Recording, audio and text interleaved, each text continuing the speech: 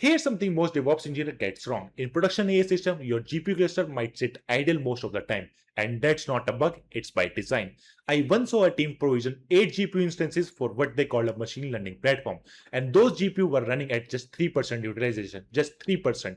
And the reason is they didn't understand the difference between the training and inference. And that distinction affects everything. Infrastructure, cost, scaling, and performance. In the last video, we talked about why MLOps exists.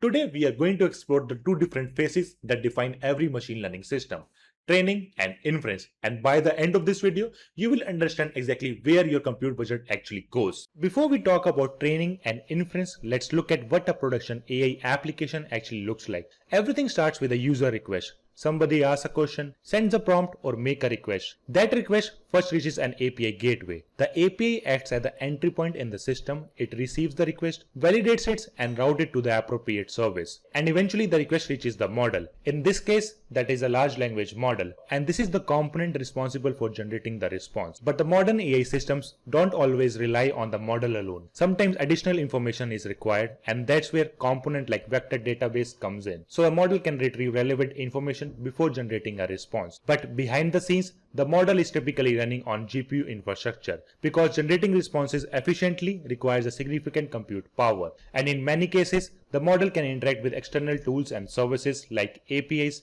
databases, search system, or automation platform. So this is what a production AI application might look like. Multiple components working together to deliver a response. But notice something interesting. What's missing here? That is training. Because by the time a user interacts with the system, training has already happened. And that's the key idea for this video. So every machine learning system has two major phases: training and inference. Training creates a model, inference uses the model.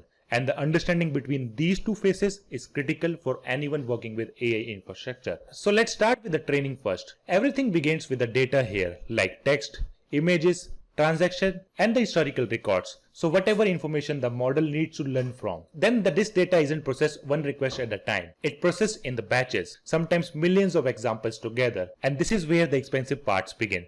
Training requires massive computation, which is why we use GPUs, not GPU, because often many GPUs working together. Then the data is distributed across those GPUs, allowing the model to learn much faster than it could on a CPU. Now the actual learning begins.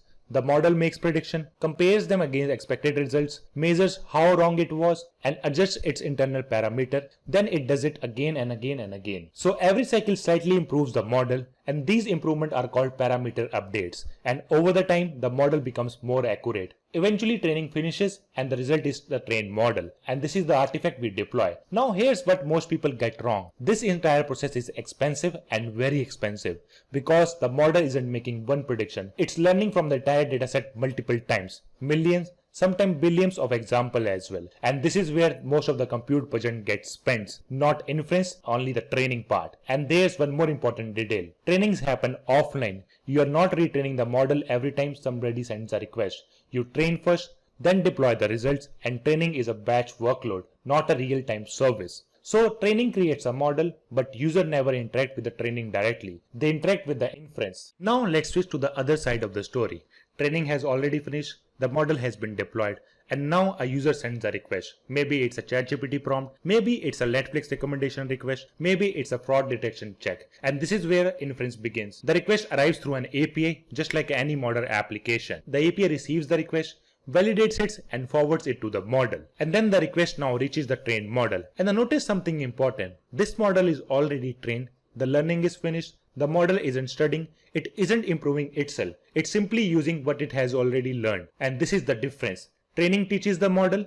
Inference uses the model. Then the model processes the request and returns a prediction or a response. And that entire process from user request to the prediction is called an inference. Every time you ask a ChatGPT a question, that's inference. Every time a Netflix recommends a movie, that's inference. Every time a bank evaluates a transaction, that's also inference. Every time an AI assistant responds, that's inference. And this is where infrastructure becomes critical because users are waiting. During training, a model might run for hours, days, and even weeks, but nobody is sitting there waiting for the result. But inference is different. A real person is waiting on the other side of the request, which means inference has non-negotiable requirement. So a user expects answer immediately, usually within milliseconds. So if a recommendation system takes 30 seconds to respond, users leave. If a fraud detection system takes several seconds, the transaction may already be processed. The model can be accurate, the infrastructure can be reliable, but if latency is too high, the experience still fails, because for inference, speed is a part of the product. So the training creates intelligence,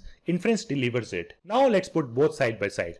Training learns, inference predicts. Training is GPU heavy, inference is optimized for speed. Training happens occasionally, inference happens continuously. Same model but completely different infrastructure requirements. And if you are a DevOps engineer, this comparison becomes your deployment blueprint. And here's the insight that changes how most people think about AI infrastructure. Training gets most of the attention, but inference dominates the production. A model may train once this week or once this month, but it may serve millions of predictions before the next training cycle. Training happens occasionally, but inference happens constantly. Training creates intelligence, but inference delivers intelligence. And that's why companies spend so much effort optimizing inference requests, because inference is what users actually experience. And this is where DevOps engineers enter the picture. Training produces the model, and inference is what gets deployed, updated, scaled, monitor and kept available. When traffic increases, inference infrastructure must scale. When latency increases, inference system must be optimized. When new models are released, inference services must be updated safely. This should sound familiar because these are exactly the problems DevOps engineers solve every day.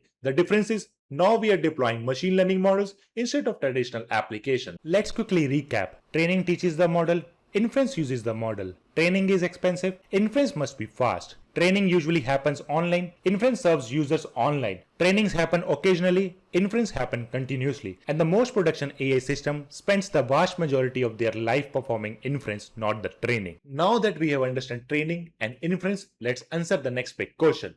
How does Netflix recommend movies? How do banks detect fraud? And how do companies predict future sales?